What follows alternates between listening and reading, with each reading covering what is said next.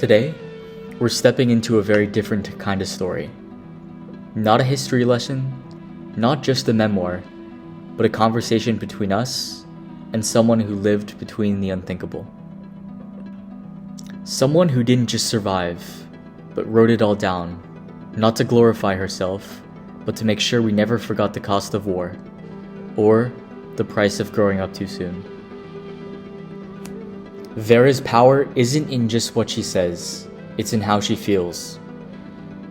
She's not trying to sound tough, or put up walls, or to impress you.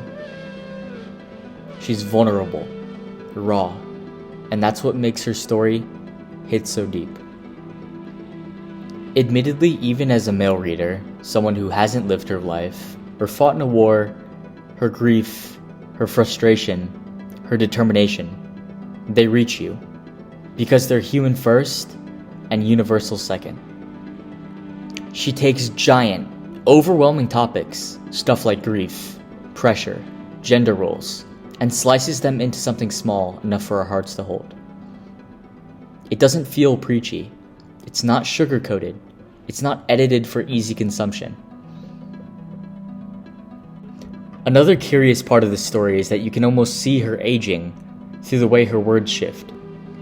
In her early chapters, she writes with youthful idealism, but by the end, she writes like a war veteran. She doesn't crack many jokes, but you can hear her dry, cutting humor, hidden like embers in the ashes of her grief.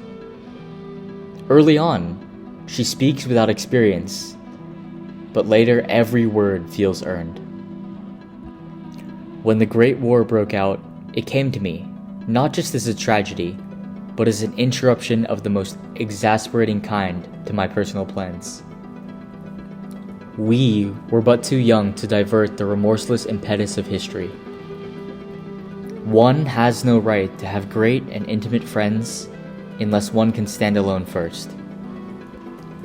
On Boar's Hill, where I wandered alone very often, the cherry trees were turning to flame against the lowering grayness of the stormy October clouds.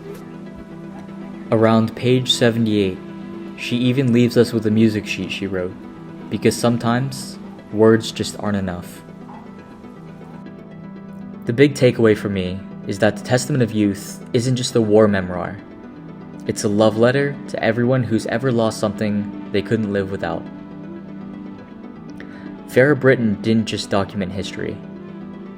She lived it. She felt it. She outlived it. She fought it. And somehow, she wrote it all down with grace, sincerity, and a kind of fierce, exhausted hope. Reading Testament of Youth feels less like flipping through a dusty old history book and more like holding a beating heart in your very own hands.